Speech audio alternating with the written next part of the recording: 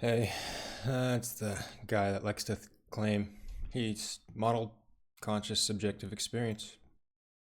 Today I'm going to talk about primarily rings, and I'm actually going to open up a clock just so I can have like a 10-minute timer. I think what I'm going to start doing is just not have videos over 10 minutes. Just to kind of keep myself on 10-minute intervals, because Lord knows we could all use a time limit on our narcissism, right? um, so today again is about rings. And the reason we're talking about rings is because all those is mathematical expressions of closed systems. Those might seem like superfluous words, but all that means is that algebraically speaking, on a single line, for instance, in the same way we kind of type words, we can express how these circles are intersecting with lines. Now we'll get to what that means in just a moment. But that's essentially how you're observing the natural world. Now, one could easily just be like, this is an eyeball, and we'll get to why that's kind of is an eyeball. But for now, understand that this picture can be represented in one line of text in an algebraic expression called a ring. That's all I'm trying to say. This ring can intersect with other rings, or it can kind of just travel through time. And as it's traveling through time, it's going through what are called Planck lengths of space. Now, not a physicist, but a lot of people like to describe a Planck length, or just listen to Neil deGrasse Tyson. He's a much better educator than I am.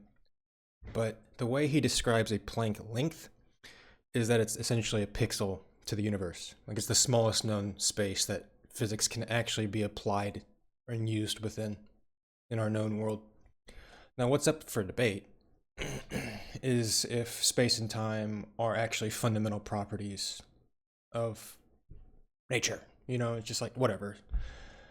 But where we are right now, we apes are circling around the sun on a small blue dot. Your consciousness is too.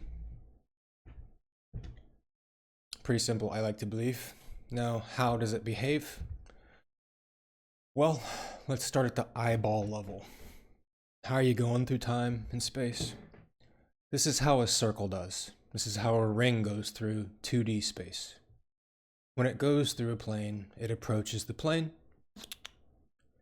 It intersects the plane. This is called the tangential line. It touches the plane at that point. Singularity. We'll get back to that. And then it starts traveling through the plane. Secant. Here we are doing it in 3D time. We haven't hit the plane. Or excuse me, we just touched the plane, it looks like. Going through it, past the plane. Think of this plane as a single Planck face. Whereas that's moment zero. The moment we kind of touch something else. Touch. Whether that's with our eyes, our ears, our limbic system. These are just words to describe tools of experience. We notice, just as we can explain in one line of text an algebraic expression for these rings, we can represent them in the forms of sine and cosine based functions. Why is that relevant? Because when you are able to express these one lines of texts into circular patterns, you are now able to start fully representing what conscious experience is. Now, it's pretty cool, it's amazing, blah blah blah, but it's not godlike. It's godlike in the sense that it's nature looking inwardly at itself. Okay.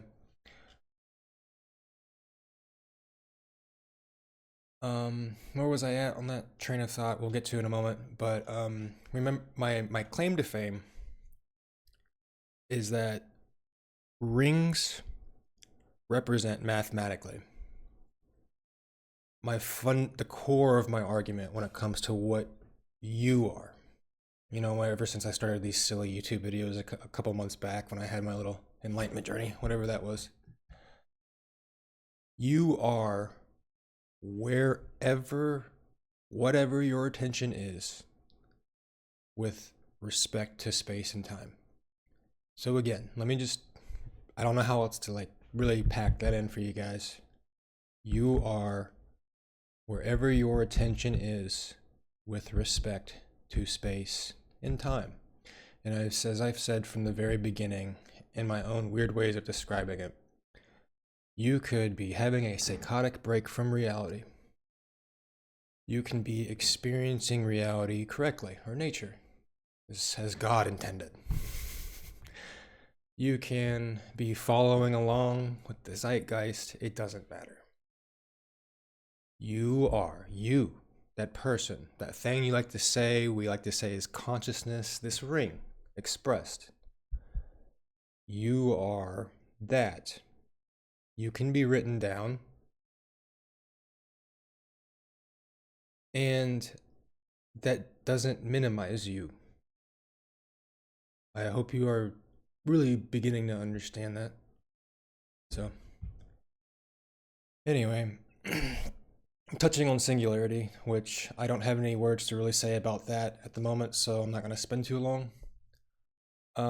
But again, once we kind of interact with something, the moment things become definite, the moment the wave function collapses, becomes solved, the moment that uncertainty that was swirling around in front of this experience of the eyeballs becomes definite, is the moment that experience intersects with time. Whether we want to use Planck lengths or seconds or feet or,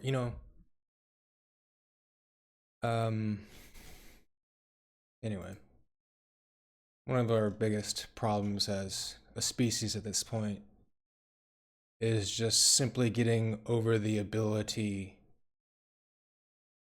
maladaptive behaviors that have given us the fundamental inability to look at ourselves correctly. I think that really is the next hurdle. I think we're all being compressed into that singularity. And good luck to you. Hug your family.